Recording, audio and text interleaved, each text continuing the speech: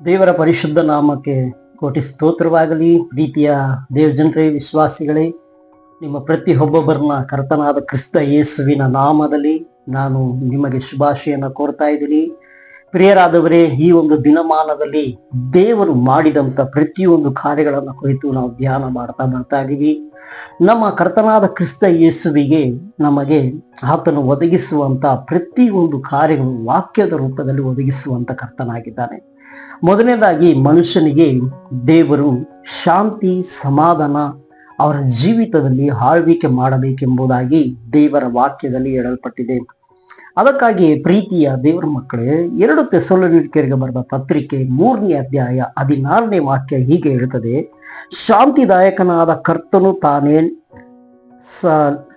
ಸದಾಕಾಲ ಸಕಲದಲ್ಲಿಯೂ ನಿಮಗೆ ಶಾಂತಿಯನ್ನು ದಯಪಾಲಿಸಲಿ. ಕರ್ತನು ನಿಮ್ಮ ಸಂಗಡ ನಿಮ್ಮೊಂದಿಗೆ ಇರಲಿ. ಶಾಂತಿದಾಯಕನಾದ ದೇವರು ಕರ್ತನು ತಾನೇ ಸದಾಕಾಲದಲ್ಲಿಯೂ ಸಕಲ ವಿಧದಲ್ಲಿಯೂ ನಿಮ್ಮ ಶಾಂತಿಯು ದಯಪಾಲಿಸಿ ಕರ್ತನು ನಿಮ್ಮೊಂದಿಗೆ ಇರಲಿ. ಶಾಂತಿದಾಯಕನಾದ ದೇವರು. ಪ್ರಿಯರಾದವರೇ, ಕಲ್ವಾರಿ ಶಿಲುಬೆಯಲ್ಲಿ ಕರ್ತನು ಅದೇ ಮಾಡಿತ್ತು. ಪ್ರೀತಿಯ ದೇವರ ಮಕ್ಕಳೇ, ಆ ಕಲ್ವಾರಿ ಶಿಲುಬೆಯಲ್ಲಿ ಕರ್ತನಾದ ಯೇಸು ಶಾಂತಿ ಸಮಾಧಾನವನ್ನ ಮನುಷ್ಯರು ದೇವರ ಬಳಿಯಿಂದ ಅಗಲಿ ಹೋದದ್ದು, ಅವರಿಗೂ ಮನುಷ್ಯರಿಗೂ ದೇವರಿಗೂ ಒಂದು ಸಂಧಾನ ಉಂಟು ಮಾಡಿದರು. ಸಮಾಧಾನದ ಪ್ರಭುವಾಗಿ ಕರ್ತನು ಬಂದರು.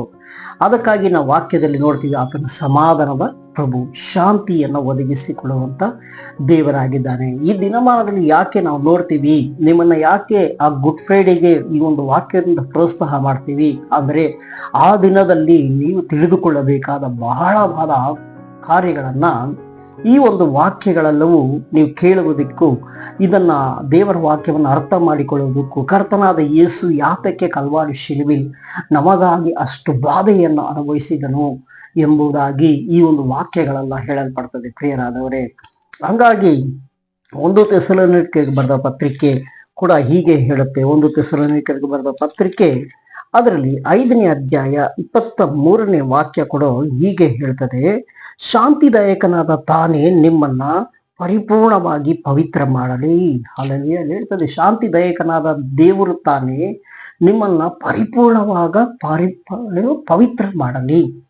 ಶಾಂತಿ ಸಮಾಧಾನ ಪ್ರಭುವಾದ ಕರ್ತನು ನಿಮ್ಮನ್ನ ಪರಿಪೂರ್ಣವಾಗಿ ಪವಿತ್ರ ಮಾಡುವುದಕ್ಕಾಗಿ, ಅಂದ್ರೆ ನಿಮ್ಮ ಎಲ್ಲಾ ವಿಷಯದಲ್ಲೂ ಎಲ್ಲಾ ಕಾರ್ಯದಲ್ಲೂ ಆ ಪವಿತ್ರತೆ ಎಂಬುದು ಬಹಳ ತುಂಬಾ ಪ್ರಾಮುಖ್ಯವಾಗಿದೆ. ಪ್ರಿಯರಾದವರೇ, ಹಂಗಾಗಿ ಆ ರೋಮಪುರದ ಬರೆದ ಪತ್ರಿಕೆ ಅದರಲ್ಲಿ 15:33 ಕೂಡ ಹೀಗೆ ಹೇಳ್ತದೆ: ಶಾಂತಿದಾಯಕನಾದ ದೇವರು ನಿಮ್ಮ ಸಂಗಡ ಇರಲಿ. ದೇವರಿಗೆ ಕೋಟಿ ಸ್ತೋತ್ರವಾಗಲಿ. ಈ ರೀತಿಯಾಗಿ ಶಾಂತಿದಾಯಕನಾದ ದೇವರು ನಿಮ್ಮ ಪ್ರತಿಯೊಬ್ಬೊಬ್ಬರ ಸಂಗಡ ಇದ್ದು ಆತನು ಸದಾಕಾಲ ನಿಮ್ಮೊಂದಿಗಿದ್ದು ಸಕಲ ವಿಷಯದಲ್ಲೂ ಆತನು ನಿಮ್ಮನ್ನ ದಾರಿ ನಡೆಸಲಿ ಎಂದು ಪ್ರಾರ್ಥಿಸ್ತಾ ಇದ್ವಿ.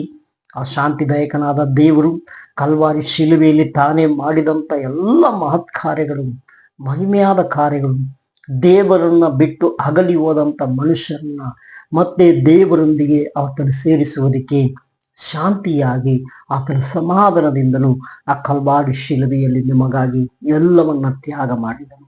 ಹಂಗಾಗಿ ನಾವು ಪ್ರಾರ್ಥನೆ ಮಾಡೋಣ. ಪರಿಶುದ್ಧವಾದ ಒಳ್ಳೆ ತಂದೆ, ನಿಮ್ಮನ್ನು ಸ್ತುತಿಸ್ತಾ ಇದೀವಿ, ಕೊಂಡಾಡ್ತಾ ಇದೀವಿ.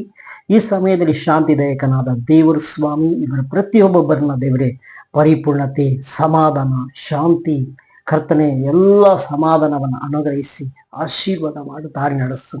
ಯೇಸುವಿನ ನಾಮದಲ್ಲಿ ತಂದೆ, ಆಮೇನ್. Praise the Lord. ಶಾಂತಿದಾಯಕನಾದ ದೇವರು ನಿಮ್ಮೊಂದಿಗಿದ್ದು ಎಲ್ಲ ಕಾರ್ಯವನ್ನು ನಡೆಸ್ಕೊಡ್ತಾರೆ. ಆಮೇನ್.